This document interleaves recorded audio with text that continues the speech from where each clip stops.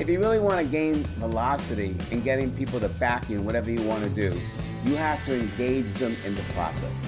What we always want to strive for is to exceed others' expectations and not to disappoint people. But what we're also striving for is how to maintain our velocity and how to make sure we're working on the right tasks that move us forward. So the secret to gaining velocity and influence is to engage your audience. Many of us today are feeling out of sorts. We are in a period of flux and not sure of our future. Today is only a point in time in our lives. How we handle this difficult period will impact our overall performance in life. Are you letting this tough moment negatively impact you, or are you using it to create breakthrough thinking on what you want and need to do to win the marathon of life? Now you're taking some quantified risks which will help you gain velocity. Welcome, Ron Carr, to Dealcasters. Hey, Chris and Jim, how are you today? We're doing great. Great to see you. Living the dream. So am I. Thanks for having me.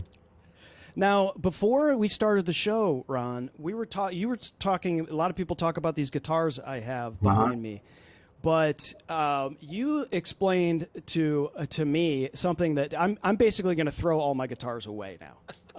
I mean, they're gone after you told me what guitar you've got on your wall and the story behind it. I'd love. I mean, I think that may be a great way to maybe start, because maybe some people don't know that you are the former president of the National Speakers Association, and it's related to the guitar that you have on your wall. Yeah. So they would give a gift, to the president on the last day of service, and on the stage at the convention, and they all knew that I'm a Springsteen nut. And so I had no clue what was coming, but when they brought this out, I nearly fainted. It's an American flag guitar, meaning it's got the stripes, it's got the stars, and it's signed by the entire E Street Band, including Clarence Clemens before he passed. Wow. So I can see it right here. Unfortunately, you can't see it right now, but it's one of my prized possessions. Man, born in the USA. That's an amazing. Can I trade you all of these for that? Is that a deal? No. Okay.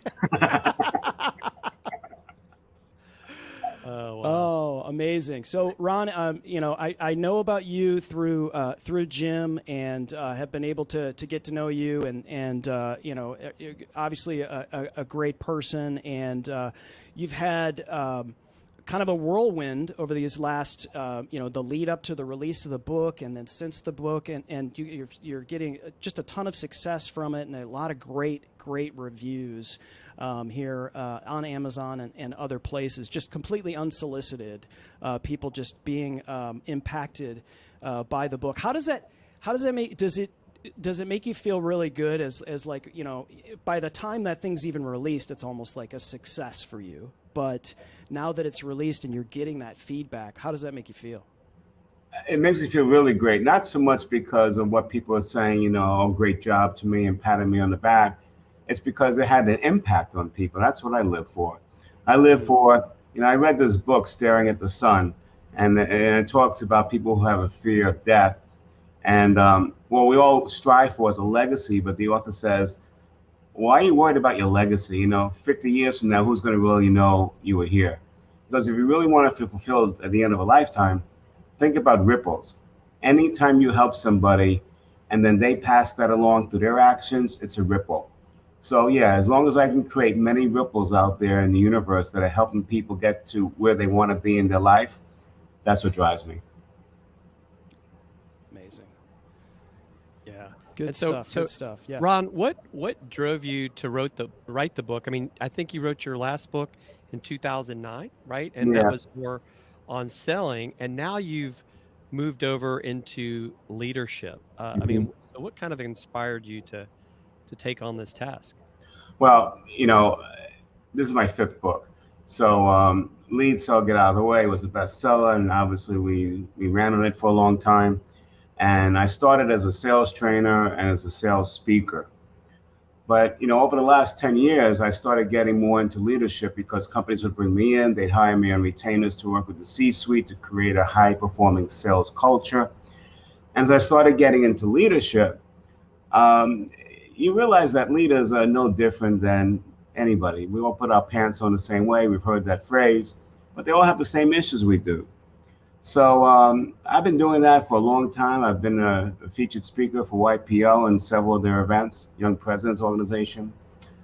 But the book is not about theory only, okay? We made it a point to tell stories so it's engaged the speakers, but it's also a vulnerable book.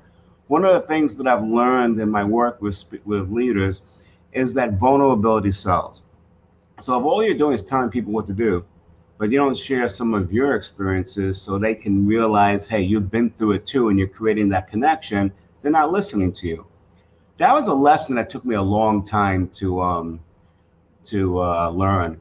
In fact, when I was practicing for my acceptance speech for the presidency of NSA, I worked with one of the former presidents, who's also a presentation coach, Glenna Salisbury, who was like a second mother to me. And she really got into my soul. And she goes, you need to start this speech by addressing the big elephant in the room. Now, the big elephant could be my New York accent, but what she was really saying is, talk about the speech impediment that you had when you were a young man. I said, who's going to want to hear that? Well, I did it. And then all of a sudden, 2,000 thought leaders erupt in standing ovation. Now, it's NSA. They'll stand because I'm the incoming president. Is this really going to happen, in corporate America? So I tried it at a Young Presidents Organization, and all of a sudden, same reaction. And what even was more amazing was when several CEOs came up to me and said to me, you just hit me in the heart because it's exactly what I went through when I was young.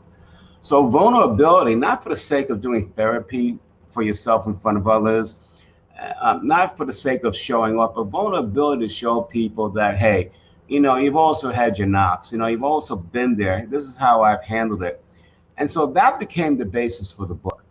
And it really came to me right when I was done with the presidency. I don't know if you know this, I had 9 surgeries in the following 3 years, mostly on my back. You know how Tiger has 1 level fused in his back?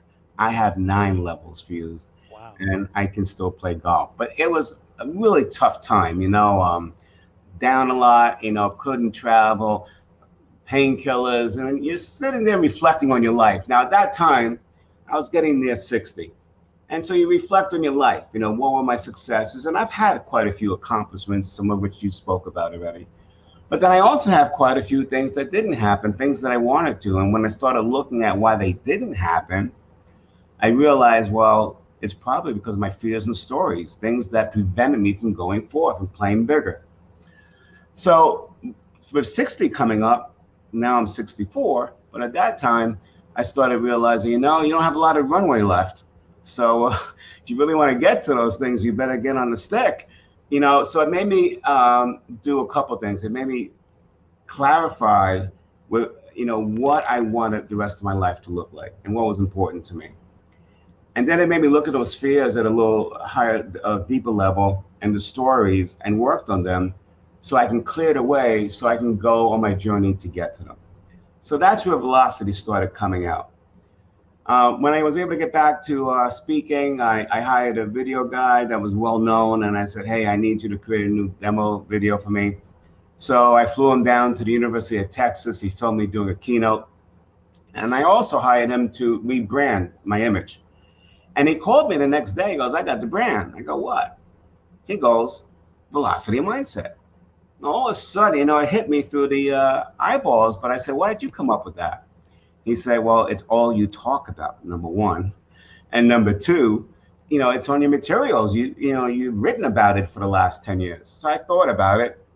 I took the concept to 10 CEOs, and all of them loved the concept. Half of them had no clue what it meant, but they were attracted by the words. And the other half had an idea of what they meant.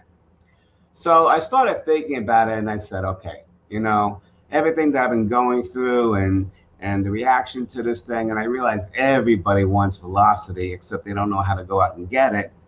I decided to dedicate myself to a velocity mindset movement to make sure that after a given period of time, whatever it is for anybody, they don't sit there and say to themselves that they're um, depressed or upset because they just fell below the mark. You know, they didn't get to where they wanted to be. That's a tough place for anybody to be in. So that was the basis of how I came up with that and the basis for the book. I love that it comes, the origin of this comes from you wanting to essentially leave a legacy, right? So you've learned these things, and I think, you know, when you get to a certain point in life and you look back and you know, you're not going to go, boy, I wish I had worked more, you know, I wish I had, you know, so you want to be able to you know, do what you've you know, you've gone through all of this. Your story is amazing. You've gone through all of those surgeries, you've had a, you know, a change in your, you know, in your appearance, and you've gotten like so much more healthier, and all of those things, and you're just putting it out there saying, you know, I want to give back to other people, and here's what I learned, here's some of the mistakes I made maybe, but here are some of the successes that I learned, and hopefully that can help somebody who may be too focused on, you know, their life just in front of them, the few days in front of them, and maybe they can start building their legacy for others. I think that's a really amazing way to,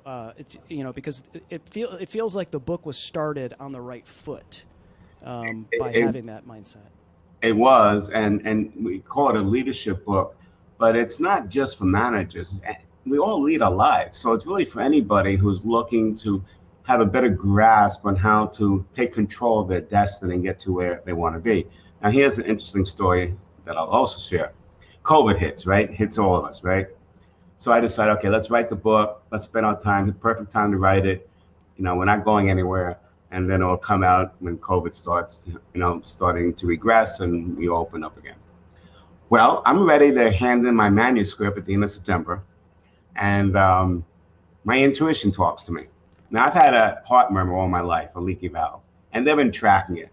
But my cardiologist kept saying, don't worry about it. You know, you got to your 70s before you got to deal with it. I decided in COVID, you know, why do I have to wait till I'm 70 to retire? I can move to Florida now, still work, do the things I want, but live the lifestyle I want. So I picked out a place. I was supposed to move on November 1st. Signed the contract at the end of September. After I signed it, my intuition said to me, you better go back to your cardiologist and do another echo because you may not be going to Florida. And I'm going, oh, come on, really, man? You got me kidding. And I said, dude, you wrote this in your book, so you're either going to walk your talk or don't. And sure enough, I went and had the echo, and he pulled the fire alarm. He goes, oh, my God, it got so tight. You're not going to Florida. You need to fix this now because otherwise you have 2 years left and you could be gone in 6 months. And all of a sudden, your eyes are popping out of your brain and going, what? So October 30th, you know, I'm rushed in, you know, for emergency surgery, open heart surgery in New York. And I met with the surgeon, a woman of incomparable credentials. And she blew me away because she checked every box in the book, how she handled me, how she had empathy, how she was able to get through my fears, you know, and get me in the right frame of mind. And I said, you know what I have to do now? And she goes, what? I got to rewrite the introduction when I come out of the surgery and put you in there. And we did that. And so we were actually able to make it really relevant, you know, after the surgery. And so I can only tell the audience that what's in that book, I used every piece of it to get through the surgery, visualize what I want it to be like afterwards, and use it to heal. Wow, that's amazing. And, you know, Ron, what I really like about the book, you know, because I'm someone that, you know, obviously has been in leadership for many years as a Marine officer, is how you kind of break it into 3 parts. And it starts with mindset. You want to go a little bit into that, and also not to mention the stories that you put in this book from these people that have used the velocity mindset, even if they didn't know it at first. Right. So, you know, everybody wants to know what mindset. It's a pretty good catchword, right? Mindset is nothing more what you're grounded on and how you're thinking at the time you do something. And for the most part, the mindset for many of us at times can be corroded by our fears, can be corroded by our stories. And so we're not even starting off with the right mindset, and then we want to know why we're not having the success that we want to have. So, you know, a great example I can give you is in salespeople, for example, right? I say in the book, pause. And someone said, so you have to pause? I said, no, sometimes you have to stop to gain velocity. And I'll explain more of that in a second. But, a salesperson that I may have been coaching will say, hey, I'm going on this big account. I said, okay, great. What's your goal for the meeting? Close the deal. I said, what's your sales cycle? 5 calls. What call is this? Number 1. So your goal is to close the deal on the first call. Can you see how by going in with that mindset, you're going to do the wrong actions? So, what do you want to do? The goal should be to qualify the customer and make sure that, you have a path forward identified and how you two are going to work together. So the mindset really dictates the actions. So let me explain it to you this way also. If I say to you guys, and Jim and Chris answer it, what is the first word when you hear the word velocity? What comes to your mind? Something moving fast, like a car or something. Right. Speed, right? Right, exactly. And if that's all you think, that's not velocity. Because what happens is we're all task-oriented. We're following our to-do list. We're doing all these tasks. And how many times at the end of the day are we fully exhausted? And we look and we say, oh, yeah, we checked off all the tasks. But at the end of the day, you're not fulfilled because you're saying to yourself, what did I really accomplish? That's because in their mindset, they didn't have the right destiny down. Where are you trying to get to? The real definition, the physics definition of velocity is speed with direction. And so one of the parts of the book is called destiny. So you have to, before you start anything, you have to visualize what the end is in sight that you want to go after your destiny. Now, Nito Cobain, who's the president of High Point University and wrote the foreword to the book, I had him doing a live stream with me. And he came from Lebanon as a teenager with only $50 in his pocket and became a huge success here. So I asked him, I said, Nito, when you came here, did you have a vision, a destiny of what you wanted to do? And he made a really good distinction. He goes, yeah, I had a vision, but clarity of vision only happens when you go on a journey. So now what happens to people is they have the night. First of all, most people can't even figure out where they want to go. So this book will help them figure it out. But then they get scared for a couple of reasons. They get scared because they don't have all the answers up front. They don't have the clarity.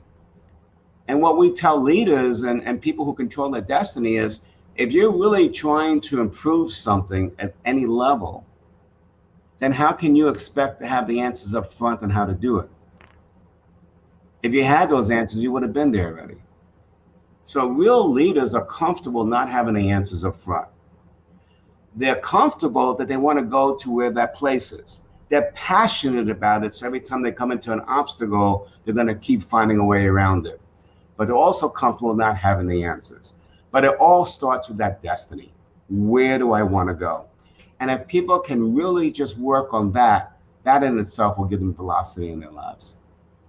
Do you think a lot of this has to do with in developing this mindset? And I know for myself, I have a difficult, sort of problem with, people will call it, perfectionism or whatever it is. All I know is that I spend way too much time on things where I'm not getting a lot of return for that investment. And so what I end up doing is I do a lot and I work my tail off, but I sort of like what you say, some days you feel like you haven't really done anything. You've done a lot of little things that haven't moved you forward. And so the whole multitasking thing, it really just sort of wears on you. And until I can do what you're saying, and that is pause and do one thing really well, and then you've taken that step forward. You actually have moved forward instead of just sort of doing a bunch of things and spinning in the same place. Is that addressed in the book as well? Absolutely. We talk about neuroscience, and we can even talk about engagement in a couple of minutes. But in terms of multitasking, that's a farce. Okay, and I can break it down for you this way. Okay, I can have 5 things that I'm doing at once, but I'm not literally doing them at once. I got 5 things that are in my mind taking away my attention that I'm thinking about. But then all of a sudden, oh, I got this interview with Dealcasters. Let me go there. But then if I'm thinking about the other things, I'm looking at my email while I'm doing it. So how present will I be on that Dealcaster interview? And remember, every time your thought gets taken away from what you're doing, when you come back to it, then you got to waste time getting back to the spot you were at. You got to get back into that zone. You got to get back to, think about where you were. So you're actually wasting time when you're doing 5 things at once, and you're not even doing as good a job as you can. So the trick is prioritize and do those that are more germane to that destination that you want at any given time. And then if you have time left over for the other stuff, go do it. And you'll be less stressed. I think that's a very important point you brought up, Ron, right? You didn't say do the most important thing. You said do the things that are going to get you to the destination. Because I think that's where I see a lot of times we all get caught up in the like, oh, I got to get all this stuff done, or we'll do the easy stuff that's not going to get us to the destination just to say, oh, look, I accomplished something. So I think that's a very powerful message that you brought there of how you really have to think about moving forward. And like you said, having that velocity, you have a specific direction that you're headed into. Absolutely. Yep. Yeah. So tell us a couple of the folks that you talk about in the book that really stood out to you. I'm really interested in some of that. So another part of the book that second section is called alignment. And alignment is really important because if you're a leader, even if you're just leading yourself, whenever you want to get to another level, you can't do it on your own. We have to do it by other people helping us, okay? So how do you engage people? So if you want, let's have a little fun with the with ourselves in front of the audience, and we'll have some entertainment. How is that? Sounds good. All right, you trust me? Yeah, sure. All right, we're going to do a role play. All right. Now, before I do the role play, let me give you a little neuroscience. It's not that difficult. We have hormones in our brain that control our level of engagement. The first hormone I'm going to talk about is cortisol, which is the fight or flight hormone. We all have it. The question is, if it's too high, and take a continuum of 1 to 10, 10 being high, if it's too high, like 6 and above, you're not really that engaged because you got some anxiety, you're feeling like the conversation is not for you, and you start, 6 to 7, you got some anxiety, you're not really engaged as much. 7 to 10, you start checking out mentally or you leave, okay? 1 and 2, the cortisol is there, but it's not really active. It's like, this is interesting, I'm here. 3 to 5 is when you get actually 4 to 5 is when you get real engagement, all right? So let's suppose I happen to hear about your show, you do a great job, and I want to pitch myself to be on your show. How's that? Let's get the cortisol going. I'm sure you don't get those calls, right? Now, we have to understand whether we're salespeople or if we're calling anybody, we're automatically an interruption in someone's life. Even if we have a conference call set, we're still an interruption because, I got a call, I'm doing all these things, I got to get on this call, right? So all of a sudden, at the beginning of any kind of conversation, there's usually a little higher level of cortisol. Would you agree with me on that? Yeah, absolutely. All right, so now let's see what happens. I'll be the salesperson. I'll be the one pitching for the interview. And who wants to be my customer? Or who's representing the show? I'll do it with Chris. Okay. Yeah, oh God. I was going to say Jim, but let's do it. My cortisol's already jacked up. Yeah. And I'm going to do the heavy lifting, Chris. Okay. So here we go. Okay, here we go. All right. Hey, Chris, how you doing? Good. How you doing, Ron? Hey, good. Hey, I saw your show and I know you do a great show. And I got a great product that's going to be ideal for your show on Amazon. And what it is, it's a great book that's going to really leave a lot of impacts for people. It's something that they haven't read before. And I just guarantee you that if we have a conversation on it, it's just going to like to show up. All right, right now, at the beginning of the conversation, just when I started, picture yourself busy. You're doing production work or whatever you're doing, and you get this call. At that moment when you answer it and you hear it's about to be a pitch, where's your cortisol level? I would say probably 6. Okay. After I started doing that pitch, which lasted no more than probably a minute, where's your cortisol now? 2 or 3. Okay. That's good, meaning you're not really engaged, right? You've heard this? Well, I was engaged, but like, I guess I was more relaxed. Like, I got a little more tense. Like, I was thinking, okay, what exactly, like, where are we going to put, this person? What's the, my mind's going to a calendar setup, all of that, and so that kind of raises it up. But you started talking immediately about, I have this, this product. It's going to help people, and that brought it back down. And it was all about me, Mm-hmm. not about you. Right.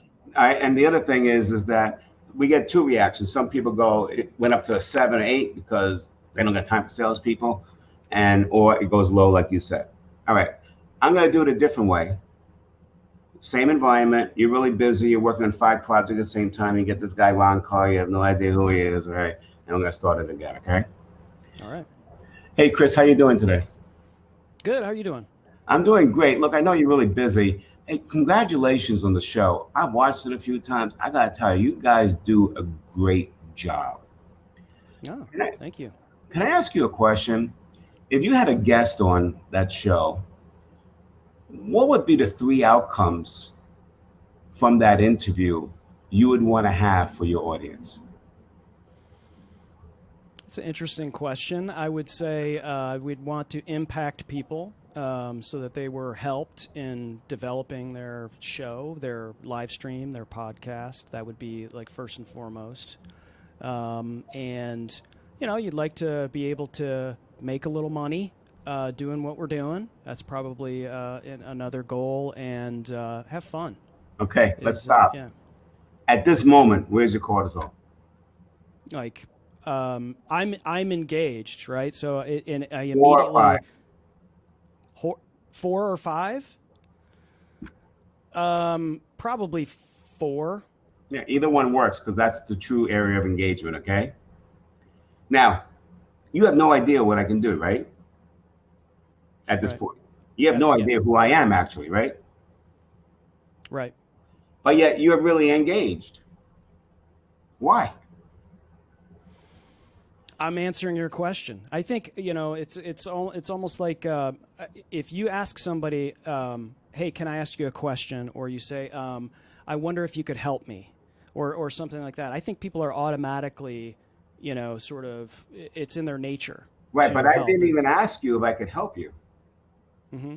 Right. I asked you about yourself and what you're trying to achieve.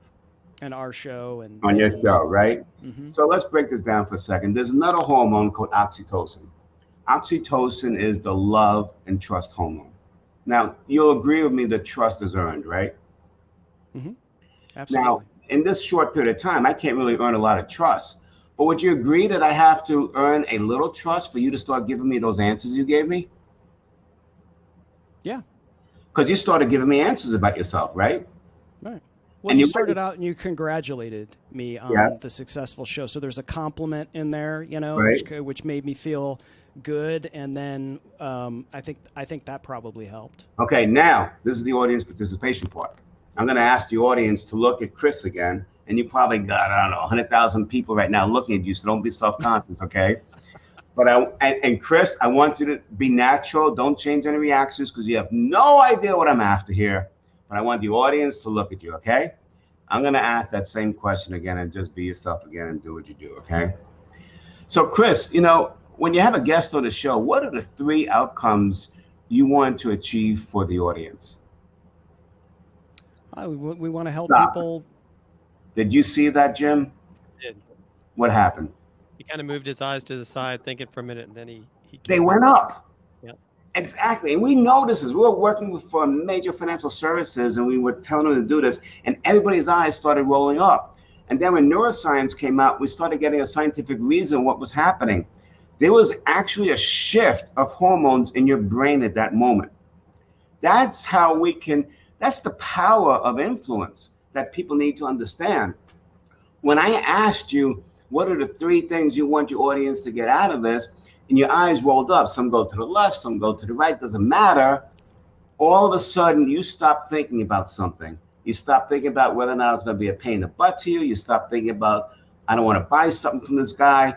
And you got lost in your life, right? Yep. So describe for the audience, if you can, in your own words, what that shift was in terms of emotions and feelings at that moment when your eyes rolled up when I asked you that question. What were you thinking?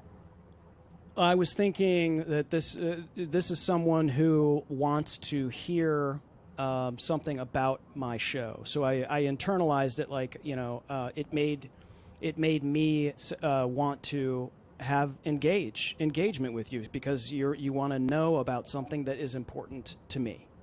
Right. And then that led to you thinking about it, putting out of your mind all the other thoughts of what you have to do, and giving me valuable information that I need in order to learn how to influence you. Positive. It's not manipulation, by the way. We're not talking manipulation here. Oh, I know, yeah.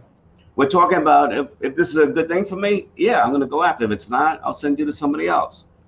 But that's what it's about. So what happened was you started trusting me a little bit because it was about you, not about me. You started giving me information, and then something else happened. Dopamine is the third hormone we talk about. Dopamine is the feel-good hormone. Did you start feeling better about the conversation after I asked you that question? Sure, absolutely. Yeah. Yes, because now there's a hidden idea in your mind that, hey, maybe this can help me. Maybe this can help us do something really good for the audience, right? So dopamine rides with oxytocin, right? But it's not by itself. So to put it, first of all, what you want to do as a leader, and anybody's a leader, it's not just a manager. If you want to influence anybody in life, the first thing you have to do is pause. Find out what the goal is that you want out of that conversation. And then understand that the first thing you have to do is predict what the environment's going to be and create a stable and safe environment for someone to want to be engaged with you. If all you do is talk about yourself, you're going the opposite way and raising the cortisol. But if you can start having someone talk about what's important and what they're struggling with, what they're trying to accomplish, that's when you get them into that engaged area. And then that leads to the second half of the psychology of influence. Psychology of influence is find out where someone's going and then present the one or two things that's going to help them get there in context to what they just told you. And now you have it all wrapped up with a nice ribbon. Wow. Can I get off the couch now, Doc? Yes, you can. My bill is in the mail.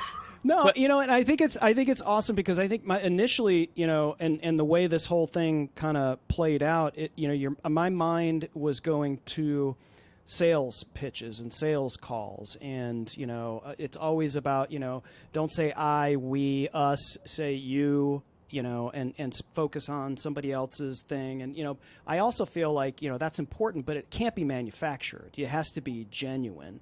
And so now you're speaking to leaders, you're speaking to CEOs. And I think a lot of people that are managers got to be managers and high-level people because they worked really hard and did a great job. But then all of a sudden, they get promoted and they're, maybe C-level or management or whatever, but they've never really learned how to manage people and how to really lead people, right? And so these are things that it might look on paper or sound initially like it's sales oriented, but how do you apply this kind of methodology for people who want to be better leaders or feel like they're not leadership qualities at all? So number one, we have to understand that people do things for their own reasons, not for yours. Okay, it's the basic fact of influence. Mm-hmm. Number two, the environment has changed. I just gave a talk yesterday for Young Presidents Organization, and they had on a speaker before me who I loved, bought his book, and he talked about how he turned around this company by treating every employee as part of the family, getting to know them, making sure they had what they needed, so they wanted to come to work, not that they had to come to work. I always say there's two types of productivity. There's the productivity just to do enough and keep your job. And there's the other productivity where you always go 110% because you always want to do the best. That's what you want out of all the employees. So in the book, I share a story that I was in a CEO's office that I was on retainer with, and one of his production supervisors stormed in and goes, I can't believe it. And I go, what? We're behind in this job and this guy's always on a cell phone. I said, what'd you do? I told him to get off the damn cell phone. What did he say? Everybody else is on a cell phone. And what did you do? Get off. And what happened? He walked away. What did you do? I walked away. How did that help you? So if we break it down into what we just talked about, we know that if you go to an employee or anybody, everybody's already want to protect themselves, right? So if we pause and think ahead, right? Create that safe environment. He didn't create a safe environment. He went straight at that guy, criticizing him for being on a cell phone, leaving that guy only one thing to do: protect himself and justify it. And they never even got to the issue of being late. So I asked the supervisor, I said, what do you know about the individual? Well, he wants to be a master welder. What do you need? Exceptional quality and on time. How's his quality? Great. And he's late on this job. Yes. So why don't you just go up to him and say, hey, you know, I know you're on your track for being a master welder. You need two things: quality and timeliness. Your quality is great. On this job, you're 20 minutes behind. What do you think we can do to get you back on track? And all of a sudden, the guy starts coming up with his own ideas to get back on track, and he's engaged. So what was the difference? Everything we just talked about. He lowered the guy's cortisol, got it to an engaged level by talking about what was important to him, then presenting his request in relation to that. And the cell phone never even came up. And that's what happens. We're always fighting on the wrong issues because we're not knowledgeable about this. And if we could be really knowledgeable, know what the real issues are and how to get that destiny in place and so forth, then you'll be doing the right actions in those conversations. Well, and the thing I saw too, Ron, the way you approached Chris, you know, Chris wanted to make sure that he gave you a genuine answer about what are those three things he really wants the people that watch the show to get out of watching the show. Because he didn't want to give you a garbage answer because you had complimented him. And it's like, wow, this guy, you know, really is impressed with what I'm doing. I don't want to come back as looking like a, you know, a thug, you know, a thud, so to speak. And A New Yorker. Yeah, a New Yorker. Which I am, so. I couldn't tell. I couldn't tell at all. So you mentioned earlier the speech impediment. Right. And how you owned that, and somebody said, "Hey, you need to be talking about that." I'd love to hear that story, and I think it would be it'd be great for the audience to hear that as well if you're able to share that. Sure. Well, I'll share it like I'm giving it in the speech. How's that? Okay. Yeah, that'll work. All right. You ever been at the top of the mountain where no matter what you could do, it was happening? You were powerful. You were invincible. For me, that moment was on July 30th, 2013. The Grand Ballroom of the Marriott Hotel in Philadelphia, the city of brotherly love, the birthplace of the United States of America. I'm standing in the wings of the Grand Ballroom, and the chairperson is welcoming the 2,000 professional speakers, thought leaders, and experts from all over the world. And then I hear this rendition of God Bless America. Land that I love, stand beside her and guide her through the night with the light from above. And I have to admit, at that moment, even for a jaded New Yorker, my eyes misted over. And then I heard, ladies and gentlemen, please welcome the 40th president of the National Speakers Association, Ron Carr.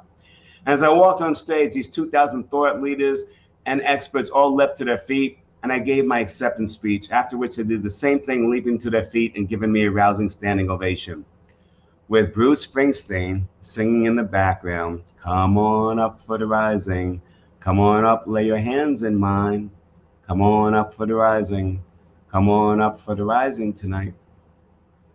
Now I have to tell you, at that moment, I have to admit that when I was a young boy, that moment wasn't even a speck of a possibility in my mind. You see, when I was young, a teenager, I was constantly teased.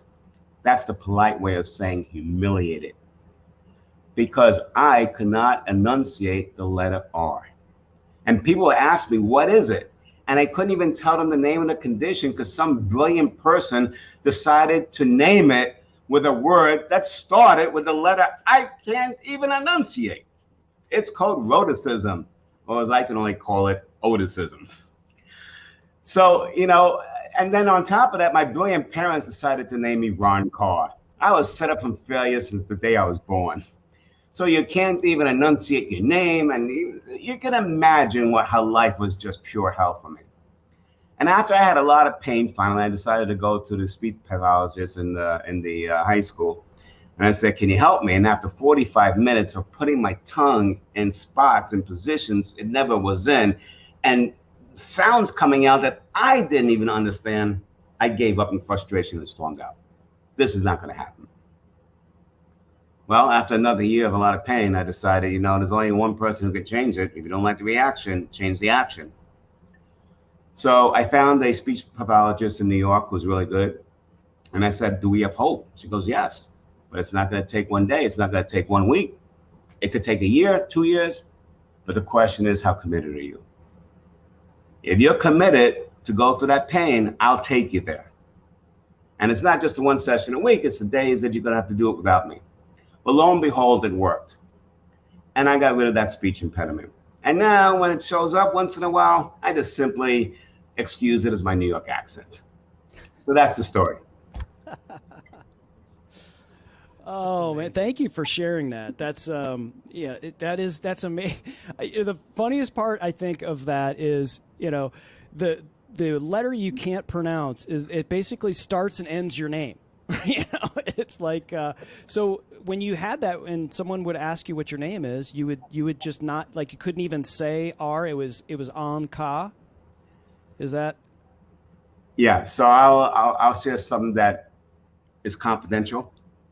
And no one, just between us and just tens of between us, thousands of but, viewers.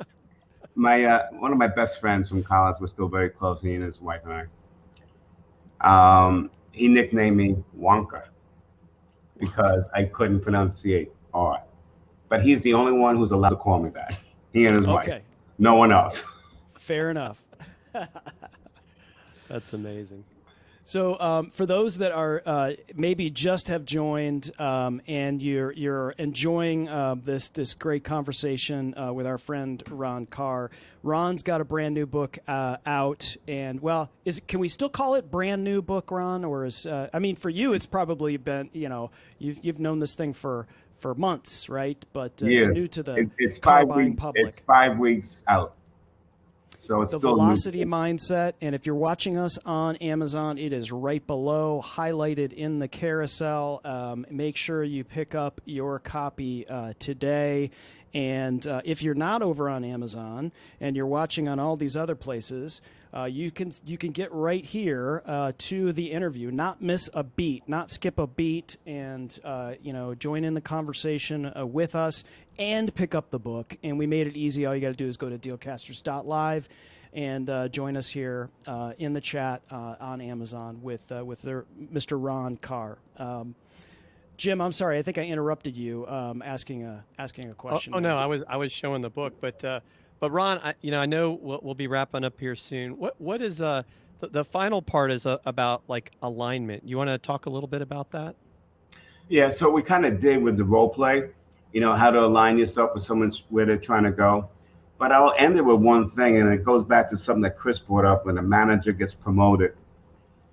When we rise in our careers.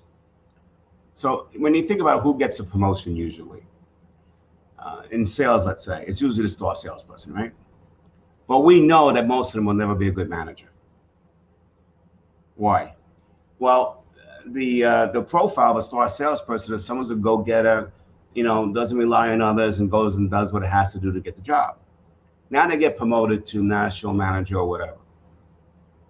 If they don't understand what their new job is, they're going to fail. So we had a situation with a client where I had a national account manager, and he was a star salesperson when he was coming up, and they promoted him. So what do star salespeople usually like? They like to hunt.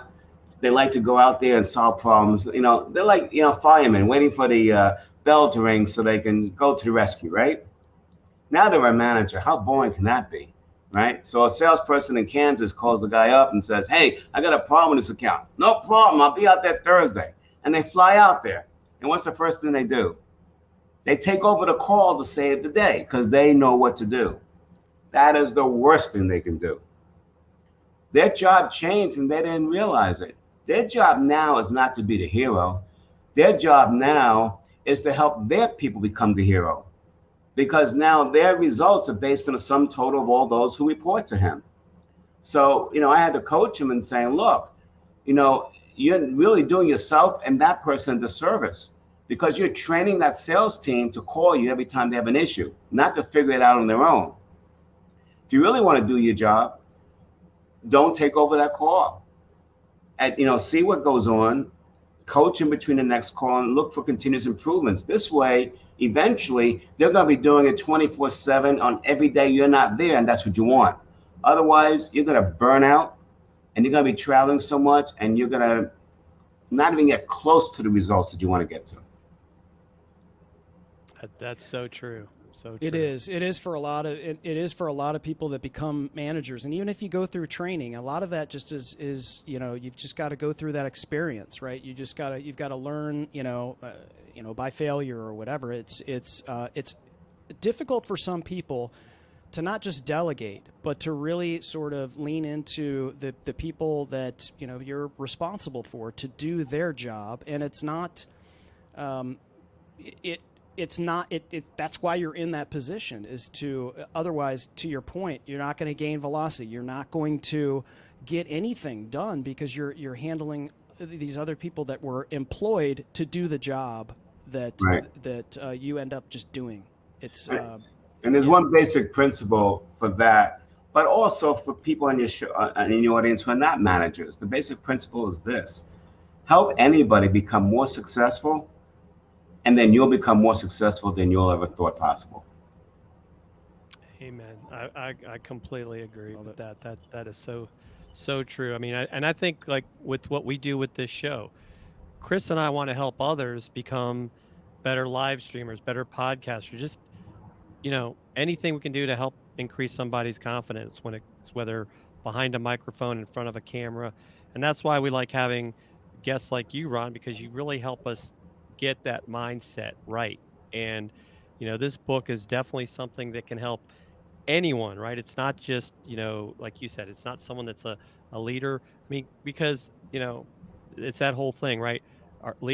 Some people say leaders are born, not made. I would disagree with it. I think if someone's willing to work at it, they can definitely become a leader. It may not always be easy, because they're going to have to change their mindset. By the way, that thing, leaders are not born, that's a story.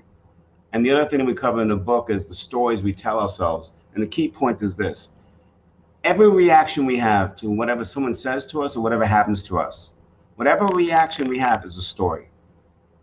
We interpret it as to what it means, and it's just a story. Most of the time, we're wrong.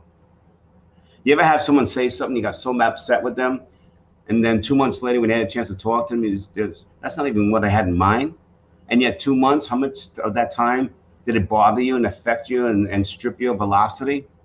So for the audience, I just want you to remember one thing: everything in your mind about anything is a story. And the good news is, whoever wrote the story can rewrite it. So find out if your stories are serving you well, and if they're not, simply just rewrite it and strip the emotion away. Amazing. One thing before we go, I know we want to talk about this offer for everyone that's watching and or listening to the podcast later. First of all, make sure if you're watching and you're loving what you're hearing, make sure you pick up Ron Carr's new book, The Velocity Mindset, available on Amazon. And if you're here with us on Amazon Live, it's right below us. But Ron, I know that you've got a leadership assessment at velocitymindset.com. Can you talk about that maybe for a minute? And again, this is for anybody who wants to take control of their lives, lead others, lead themselves. So we have a free leadership assessment where you're going to rank yourself and how you feel you're doing. But in that assessment, in each part, you're going to get summaries of what you can actually do to boost that score. So you're going to get valuable tips and how-tos of how you can move forward. Awesome. Great stuff. All right, pick up the book, Velocity Mindset, from Ron Carr, and head over to velocitymindset.com. That's free. What are you waiting for? Ron, we always love to give deals here on, and you brought the deal to Dealcasters, so that was amazing. And what better deal than free, right, Jim? Yeah, that's right. Right, it's the best deal ever, free. but buy the book. Awesome. I think it's definitely Yeah. definitely something you want to do. Ron, thank you so much for joining us. It's been fun to actually be able to be on the camera with you because we do I get to listen to Ron do some great interviews behind the scenes, and he's had some amazing guests. So go check him out on LinkedIn too, or even his YouTube channel, and check out some of these interviews he's had with some of the folks in the book. Thank you. And Jim and Chris, thank you so much for your trust in me and for being here. And it was a great time. And I wish you all well. Thanks, Ron. Thanks for putting me on the couch, Doctor. I appreciate that session as well in neuroscience. And we don't take medical insurance, so the bills in the mail. All right, everybody. As always, don't fear the gear.